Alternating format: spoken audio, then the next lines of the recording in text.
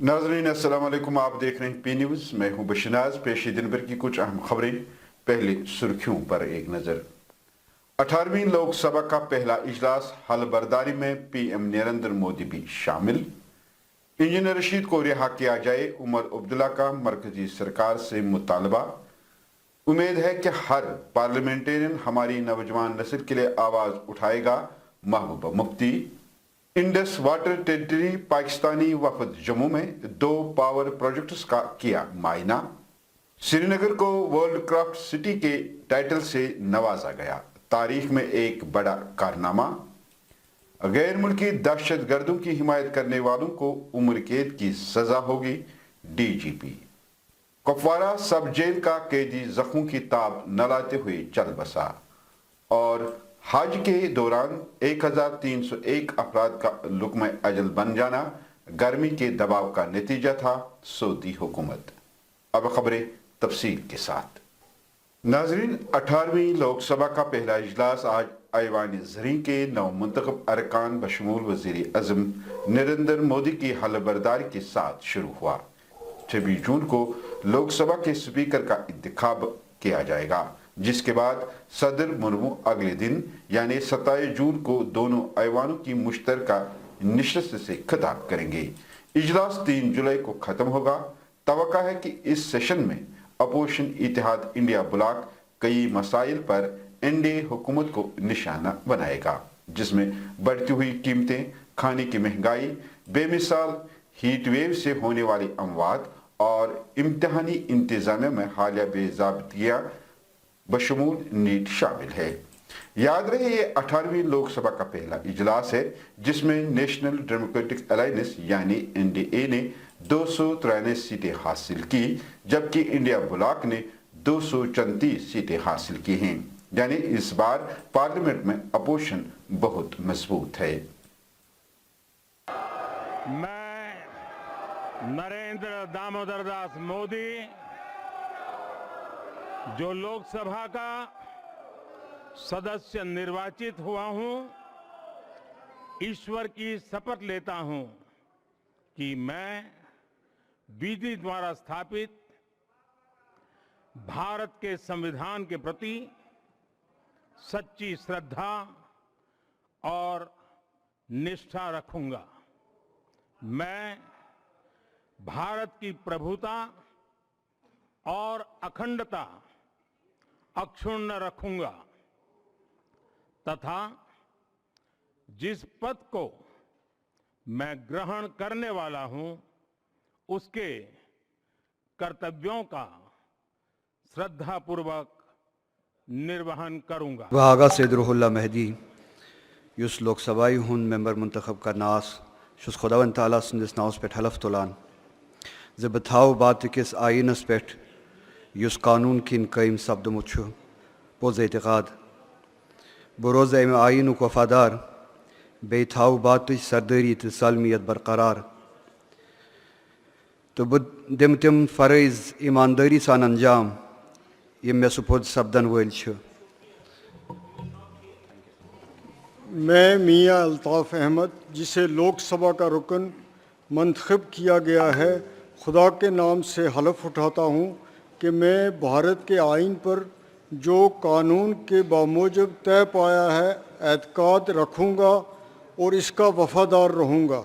मैं भारत के इक़्तिदार आला और सालमियत को बरकरार रखूँगा और जिस ओहदे को मैं संभालने वाला हूँ इसके फ़राइज़ वफादारी से अंजाम दूँगा।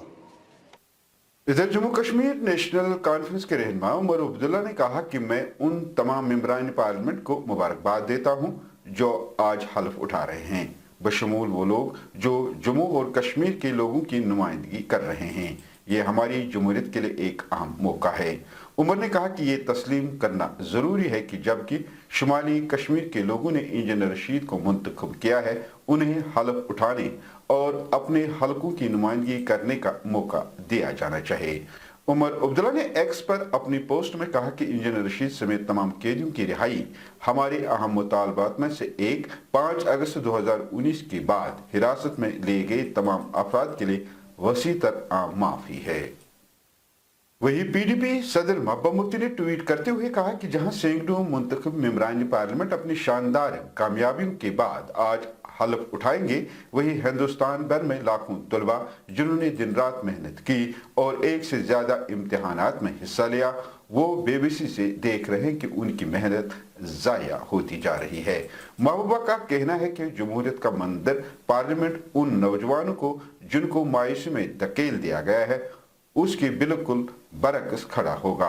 उम्मीद है कि हर पार्लियामेंटेरियन पार्टी वाबस्तगी से ऊपर उठकर हमारी नौजवान नस्ल के लिए आवाज उठाएगा, जिसका मुस्तकबिल बहुत तारीख नजर आ रहा है। इंडस वाटर ट्रीटी के तहत जम्मू कश्मीर में 2 हाइड्रो इलेक्ट्रिकल पावर प्रोजेक्टों का मुआयना करने के लिए एक पाकिस्तानी वफद इतवार की शाम जम्मू पहुंचा, जिन्होंने आज जम्मू और कश्मीर में 2 हाइड्रो इलेक्ट्रिकल पावर प्रोजेक्ट्स का मुआयना किया।